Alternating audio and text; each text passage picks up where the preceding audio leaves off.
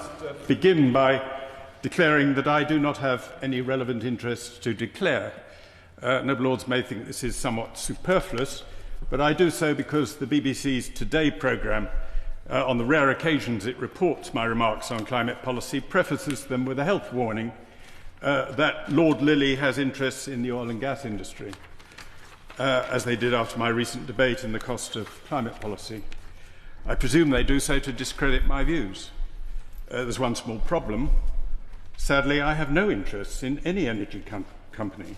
I've had no financial interests in any energy company for over a decade.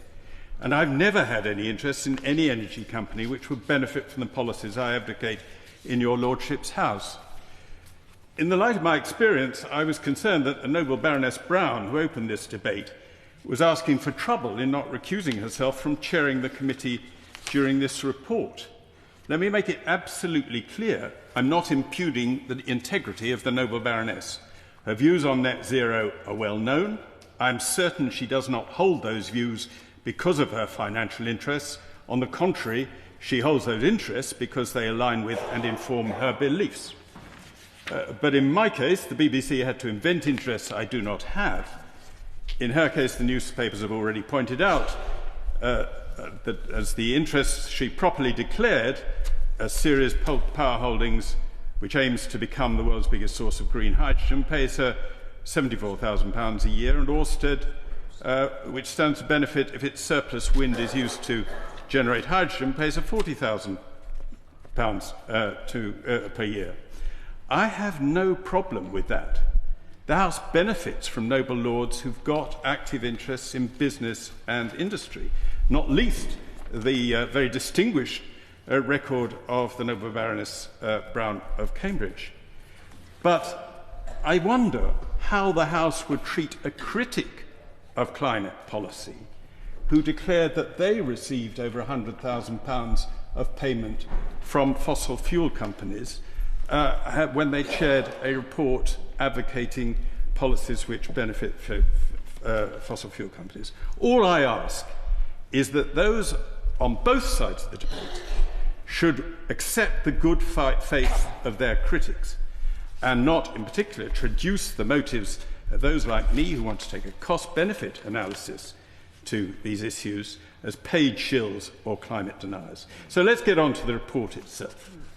It can be described as an almost priceless report, in the sense that there's almost no prices attached to any of its recommendations.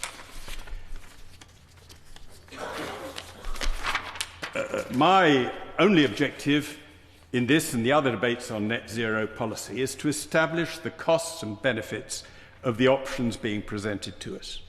If the option proposed is cheaper than relying on fossil fuels, that's great. The sooner the better. If it's more expensive than fossil fuels, then let's compare that extra cost with the social cost of carbon emitted before we decide to go ahead. But I get very suspicious when we are told we must, as the title of this report puts it, get on with it, when we don't know what it will cost. Dieter Helm, in his report for the last government on its climate policy, said premature investment in immature technologies has wasted up to £100 billion of British taxpayers' money. So let's not repeat that folly. I said this report was almost priceless, but hidden in box 3 on page 65, it quotes the Royal Society report, which claims that if we rely on renewables and hydrogen storage, the price of electricity in 2050 will be £60 per megawatt hour, which it says is comparable to the average price over the decade from 2010 to 2019. Well, better that normally we're told that it's going to be cheaper, but this time it's only comparable to, so presumably a bit more expensive. That's rather hard to explain, even that, because the most recent auction price for offshore wind was £82 per megawatt hour, indexed against future inflation in the future. And that doesn't include the cost of tackling intermittency and, for example, the cost of hydrogen storage. The same box says that hydrogen storage will add an extra cost of £100 billion. and strengthening and enlarging the grid will cost another £100 billion, which almost equals the £210 billion they say will be required to invest directly in wind and solar generation. So given that the main cost of wind is capital investment, how can almost doubling the capital cost required for a system which is purely driven by intermittent energy and therefore has to have so much expensive backup, how can they just say that that results in the fall in the price?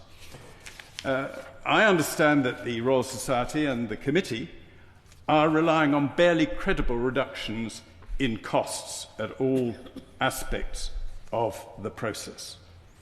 Sadly, the committee didn't consider the benefit of relying for a bit longer on natural gas as a backup while these cost reductions come into being and while they materialise. The cost of energy is crucial. We cannot overstate the impact which high costs have on economic performance. We should not rush ahead and get on with something, the cost of which we do not know, when for a bit longer, comparatively minor extra emissions of natural gas, we can avoid those problems.